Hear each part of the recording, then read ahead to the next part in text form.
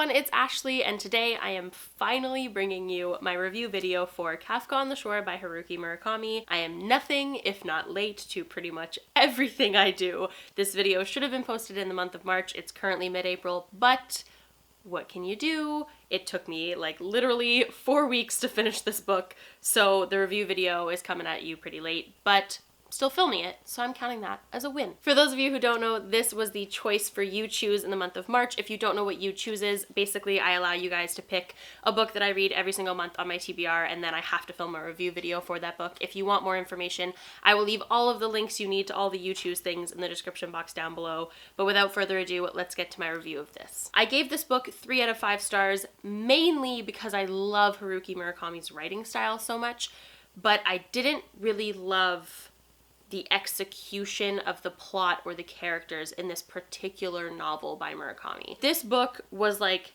95% like character driven, what the is going on, and then like 5% like, woo, cool, cats are talking, but actually they're only talking for like a very short period of time, and then it's back to just really odd character development. I didn't pick this book up as often as I should have. I didn't enjoy picking it up half the time. By the end of it, I just like wanted it to be over. But the writing was really, really good, so I decided to give it like a 3 out of 5 stars.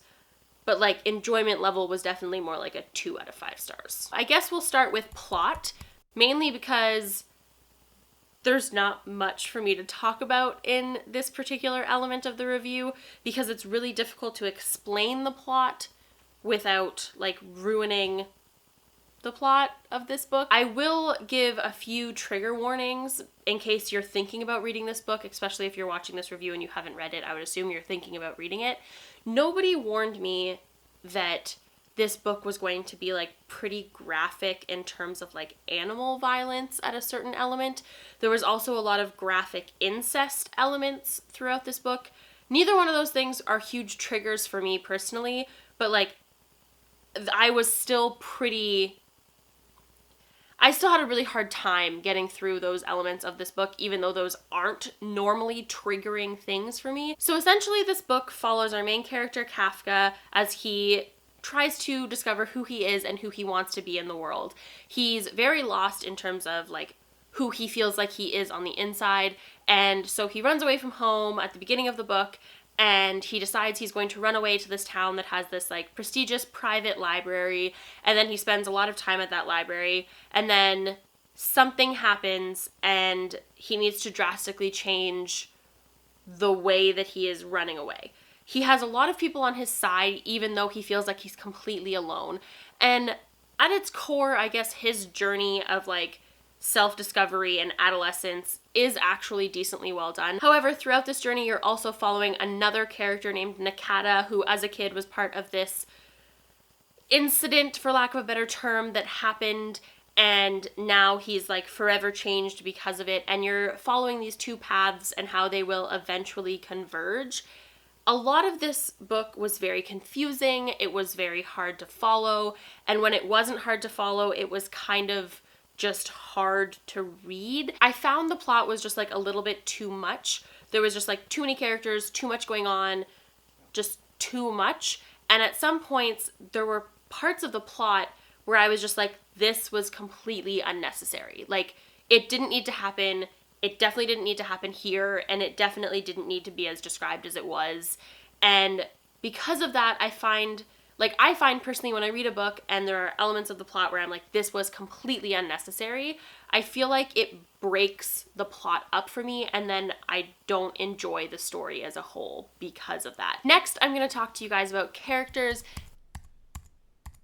There are a lot of characters in this novel. Essentially, you are supposed to believe that there are only 2 main characters, Kafka and Nakata. I didn't really like either one of those main characters, quite frankly. I didn't hate them, and I didn't like hate their journeys either. I, at certain points, really cared about what would happen to them, and then at other points didn't care at all what happened to them. But I really, really liked a few of the side characters. So I really liked Oshima, and I really, really liked Hoshino. So both of those were side characters that connected to Kafka and Nakata. And both of those characters I found were very likable, but also had certain, downfalls, but I found them both to be very redeemable and entertaining to read.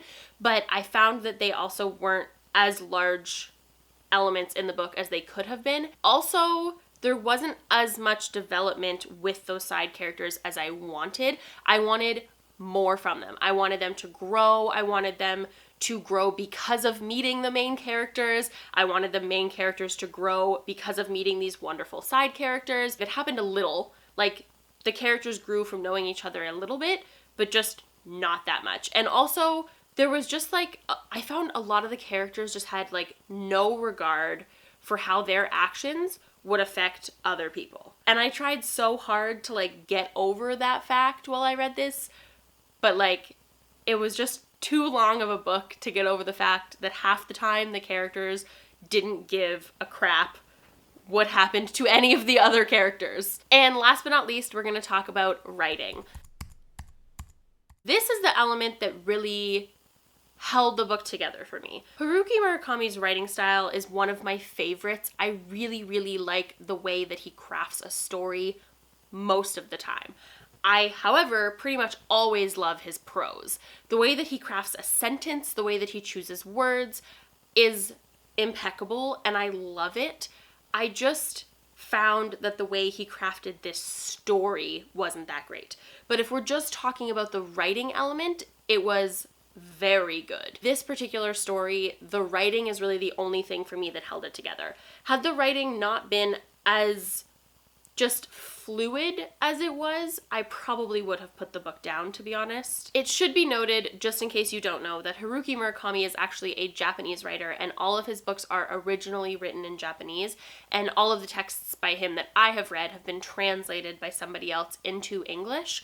So I'm sure that the story is actually very different in its original text, and also different areas of the world have different ways of telling a story. So like in North America, we're really used to like a plot that goes like kind of slow and then hits a climax and has a little bit of a downfall. But like, as far as I know, the way that Japanese fiction works is it's kind of more like little bumps throughout the story without like a huge climax in the book. So it is just a very different reading experience, which is also like worth noting for sure.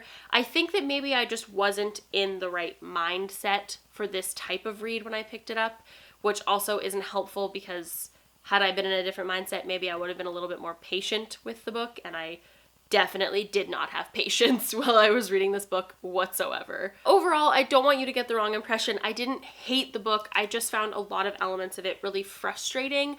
And again, I didn't have a lot of patience while I was reading this because of those frustrating elements. But if you think that all of the things that I said are things that you could either overlook or that maybe you would have a different opinion than me, because I know that a lot of people love this book, then it's definitely still something worth checking out. It's just, I didn't love it overall, but I didn't hate it either. I just didn't enjoy it as much as I wanted to. If you have read or want to read this book, make sure to comment down below and let me know. Keep it spoiler free though, just in case anyone watching the video hasn't read the book yet, because this is a spoiler free review. And other than that, I will see you guys soon with another video. Happy reading. Bye!